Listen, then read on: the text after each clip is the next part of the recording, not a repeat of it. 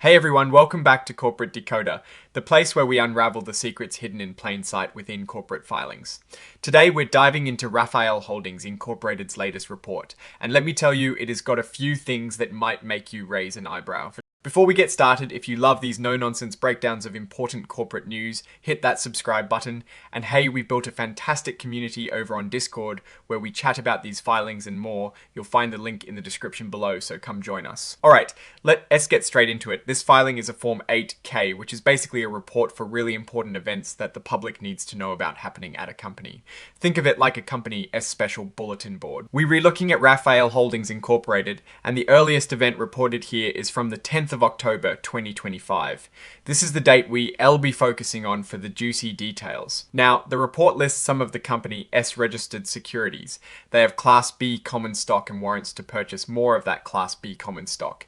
These are the financial instruments that investors can trade. The Class B common stock has a par value of $0.01 per S-share, which is a very small nominal value. This entire report is filed with the Securities and Exchange Commission, or the SEC. For short, they are the US government agency that oversees the stock market and protects investors. The Class B common stock is traded under the ticker symbol RFL on the New York Stock Exchange. And those warrants we mentioned, the ones that give the holder the right to buy Class B common stock, those trade under the symbol RFL-WT on the nice American exchange. It is pretty common for companies to have different tickers for their common stock and their warrants.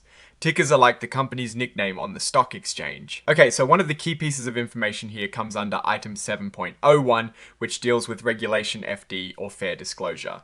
This rule is all about making sure that important company information is shared with everyone at the same time, not just a select few. What Rafael Holdings is doing here is making an investor presentation available. Starting the 10th of October 2025, this presentation is being shared.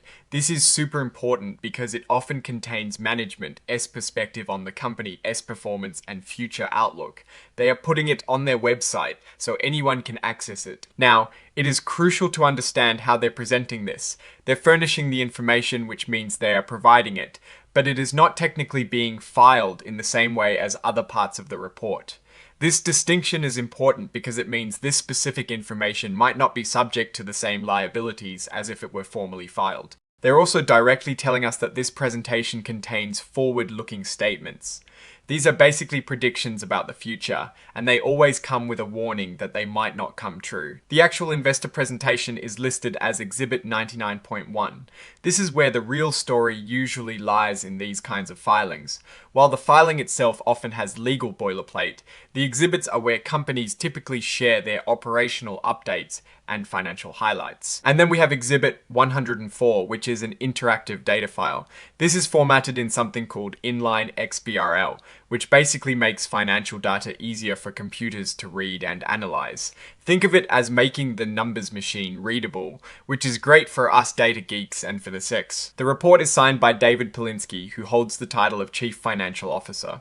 This tells us who is officially responsible for the accuracy of this filing from the company's side. And finally, the date of the report is the 10th of October 2025. This gives us the timestamp for when these events and information are considered current. Now, let's talk about the investor presentation itself, Exhibit 99.1, which this 8K is directing us to. This is where we expect to find the core financial picture and strategic updates. While the 8K itself doesn't contain detailed financial tables, the referenced investor presentation is the key. Since we can directly see the presentation's contents here, we'll have to infer what kind of information would typically be in such a document based on the context of an 8K and recent market trends for companies like this. Usually, an investor presentation would highlight key financial metrics like revenue, profitability, cash flow, and perhaps any recent company milestones or strategic shifts. For a company like Rafael Holdings, it is likely they are discussing their performance in their specific industry and any steps they are taking to grow or manage their business. We'd be looking for things like year-over-year growth comparisons to industry benchmarks and management's outlook for the coming periods. The fact that they are releasing this presentation and highlighting it means they want investors and the public to pay close attention to the information within it. It is their way of communicating directly about their business health and future plans. Looking at this filing, the main takeaway is that Rafael Holdings is providing an update through an investor presentation. This presentation is crucial for understanding their current financial standing and strategic direction. The 8K itself is more about the procedural aspect of making that information available. While we don't have the numbers in this specific document, the directive to look at Exhibit 99.1 implies that this presentation contains the material financial and operational details. Without the presentation, we are left to assume they are sharing information that they deem significant and potentially market, moving whether it is about financial performance, new ventures, or potential challenges.